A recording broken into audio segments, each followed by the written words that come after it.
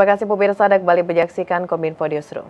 Menteri Koordinator Bidang Perekonomian Airlangga Hartarto mengatakan kewajiban penempaan devisa hasil ekspor sumber daya alam hanya berlaku bagi para eksportir dengan nilai ekspor pada pemberitahuan pabean ekspor minimal $250.000 Amerika Serikat.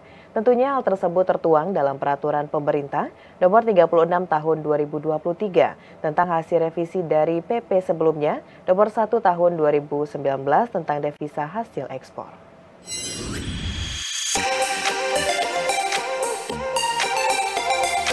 Mulai 1 Agustus 2023, pemerintah mewajibkan devisa hasil ekspor atau DHE paling sedikit 30% wajib ditempatkan dalam sistem keuangan khusus dalam negeri yang difasilitasi oleh Bank Indonesia dengan kurun waktu paling singkat selama 3 bulan. Ketentuan tersebut tertuang dalam Peraturan Pemerintah Nomor 36 Tahun 2023 tentang DHE dari kegiatan pengusahaan, pengelolaan, dan atau pengolahan sumber daya alam. Menteri Koordinator Bidang Perekonomian Airlangga Hartarto mengatakan, ketentuan ini hanya berlaku bagi para eksportir dengan nilai ekspor pada pemberitahuan pabean ekspor atau PPE yang nilainya minimal $250.000 Amerika Serikat ataupun lebih, sehingga tidak akan berdampak terhadap eksportir kecil dan menengah. Aturan baru ini juga berlaku di 4 sektor, yakni pertambangan, perkebunan, perhutanan, dan perikanan, dengan potensi total ekspor yang bisa diraih mencapai $9 miliar Amerika Serikat. Adapun sebelumnya, Kemenko Perekonomian bersama kementerian terkait telah merevisi PP Nomor 1 Tahun 2019 menjadi PP Nomor 36 Tahun 2023 yang diharapkan dapat mendorong agar sumber pembiayaan dan pembangunan ekonomi bisa ada di dalam negeri dan mampu meningkatkan nilai investasi juga kualitas sumber daya alam yang dimiliki. Dari Kemenko Perekonomian bersama kementerian terkait,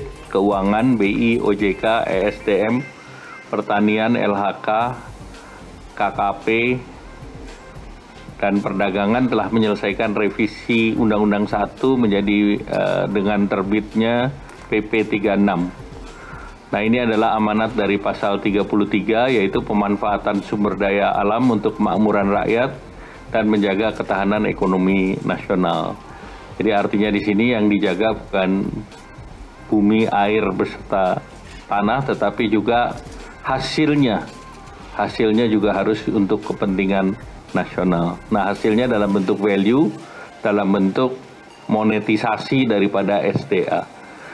Nah, PP 36 mendorong untuk agar sumber pembiayaan dan pembangunan ekonomi bisa ada di dalam negeri, meningkatkan investasi, dan juga meningkatkan kualitas daripada SDA, serta tentunya untuk menjaga stabilitas makro dan pasar keuangan domestik. Menteri Keuangan Sri Mulyani menyampaikan bahwa pemerintah akan memberikan sanksi administratif berupa penangguhan pelayanan ekspor bagi eksportir yang tidak patuh terhadap ketentuan devisa hasil ekspor sumber daya alam. Ketentuan tersebut tertuang dalam Peraturan Menteri Keuangan Nomor 73 Tahun 2023. Pemerintah menerapkan sanksi bagi eksportir yang tak patuh terhadap ketentuan devisa hasil ekspor sumber daya alam. Ketentuan tersebut tertuang dalam Peraturan Menteri Keuangan Nomor 73 Tahun 2023 tentang pengenaan dan pencabutan sanksi administratif atas pelanggaran ketentuan devisa hasil ekspor dari kegiatan pengusahaan, pengelolaan, dan atau pengolahan sumber daya alam.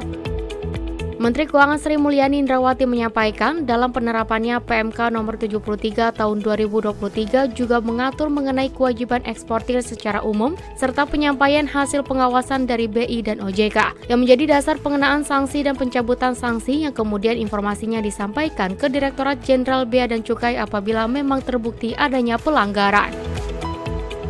Adapun pemberitahuan mengenai sanksi tersebut nantinya akan disampaikan oleh pejabat Bea dan Cukai kepada eksportir dan kementerian lembaga teknis terkait untuk ditindaklanjuti. Nah, kami akan melakukan pelaksanaan sanksi apabila terjadi pelanggaran dari ketentuan DHE SDA tersebut, yaitu apabila ada informasi dari pengawasan Bank Indonesia mengenai kewajiban pemasukan ke dalam rekening khusus DHE tersebut dan penempatan DHE itu dalam instrumen penempatan DHE yang kemudian informasi dari BI digunakan oleh Direktorat Jenderal Bea dan Cukai untuk melaksanakan sanksi administratif. Bentuknya penangguhan pelayanan ekspor.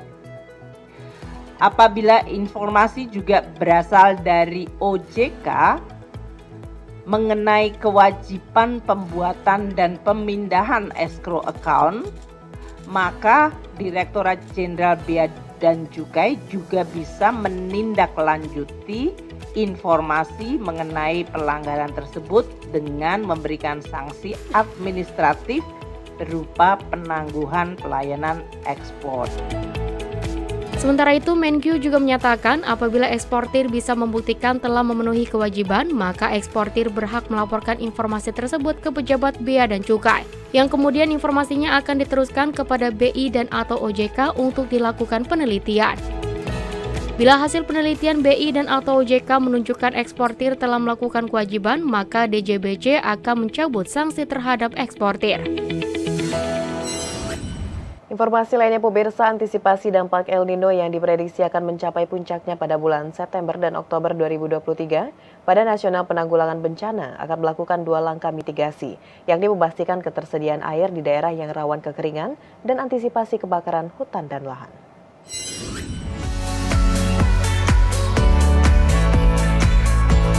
Kepala BNPB Suharyanto dalam dialog FMB 9 menyebutkan untuk mengantisipasi dampak El Nino di Indonesia, Badan Nasional Penanggulangan Bencana dan pemangku kepentingan lainnya akan fokus pada 2 langkah antisipasi. Yang pertama, yakni dalam rangka mengatasi kekeringan, maka BNPB mengimbau kepada daerah-daerah untuk memastikan ketersediaan air khususnya di wilayah yang sering timbul kekeringan. BNPB akan bekerja sama dengan BRIN, BMKG, Badan Restorasi Gambut dan Mangrove, menggelar operasi teknologi modifikasi cuaca untuk mendatangkan hujan dan mengisi danau, sungai, sumur, dan embung.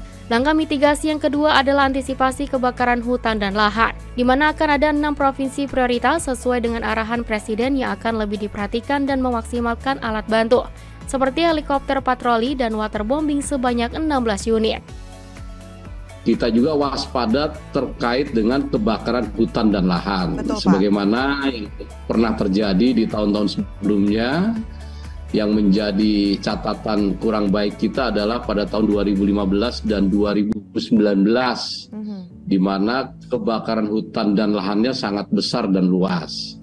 Nah, di 2023 ini jangan sampai itu terjadi, maka kami menyiapkan mitigasi terhadap karhutla ini. Ada beberapa langkah yang sudah dilakukan oleh BNPB. Ada 6 provinsi prioritas berdasarkan instruksi Presiden nomor 3 tahun 2020. Yaitu di Sumatera ada 3 provinsi, Mbak Mepri, yaitu yang pertama di Sumatera Selatan, di Riau, dan di Jambi. Kemudian di Kalimantan juga ada 3 provinsi, Kalimantan Barat, Kalimantan Selatan, dan Kalimantan Tengah. Nah, di provinsi-provinsi ini kami sudah gelar apel kesiapan dan kesiapsiagaan. Emang dalam menangani karhutla ini yang penting adalah operasi darat. Jadi pasukan-pasukan darat ini sudah diapelkan kembali, disiagakan kembali, mengingat 3 tahun terakhir ini relatif kebakaran hutan dan lahannya relatif kecil. BNPB dalam waktu dekat juga akan berangkat ke Papua untuk memberikan bantuan terkait dengan dampak El Nino yang terjadi di Papua dan telah mengakibatkan matinya beberapa tanaman masyarakat yang berdampak pada kelaparan serta 6 orang meninggal dunia. Pemirsa, serangan terorisme di Indonesia dari tahun 2018 hingga 2023 terus mengalami penurunan hingga lebih dari 89%. Meskipun demikian, Wapres Maruf Amin meminta agar BNPT tidak lengah dan menindaklanjuti 3 hal, yakni pendekatan multipihak, merangkul kalangan muda, dan waspada gerakan terorisme jelang pemilu 2024.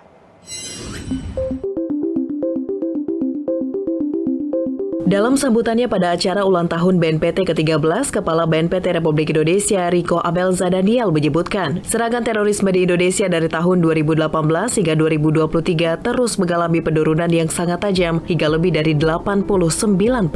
Faktor utama yang menyebabkan turunnya angka terorisme yakni masifnya penegakan hukum yang dilakukan oleh Polri dan didukung oleh TNI. Riko menegaskan kelompok rentan, anak-anak, remaja, dan perempuan menjadi sasaran utama dari radikalisme. Dengan adanya kemajuan kemajuan teknologi IT dan pandemi COVID-19 mendorong semakin masifnya online radicalization. Kami melaporkan alhamdulillah kasus serangan teror di Indonesia terus menurun dari tahun 2018 sampai tahun 2023. Penurunan ini sangat tajam sampai dengan 89% lebih, dan indeks potensi radikalisme dan indeks resiko terorisme terus juga menurun. Dan posisi Indonesia kami laporkan dalam Global Terrorism Index semakin baik dalam kategori medium impacted. Faktor utamanya adalah semakin gencar dan masifnya penegakan hukum yang dilakukan oleh Polri yang didukung oleh TNI. Di kesempatan yang sama, Wakil Presiden Ma'ruf Amin meminta Badan Nasional Penanggulangan Terorisme beserta seluruh pemangku kepentingan untuk tidak lengah dan menindaklanjuti 3 hal penting. Menyikapi beragam tantangan tersebut, saya minta BNPT beserta seluruh pemangku kepentingan dapat menindaklanjuti beberapa hal. Pertama, perkuat kolaborasi melalui pendekatan multi-pihak. Tangkal terorisme secara berjamaah atau dilakukan secara bersama-sama. Kita telah memiliki rencana aksi nasional sebagai panduan kolaborasi kerja. Langkah kedua yang ditegaskan Wapres yakni merangkul kalangan muda dengan dukungan tokoh agama dan tokoh masyarakat. Dan yang terakhir adalah meningkatkan kewaspadaan gerakan terorisme jelang pemilu 2024. Pemirsa, usai jeda Kominfo Newsroom akan kembali dengan informasi dengan dialog dukung gerakan Bangga Buatan Indonesia sesaat lagi.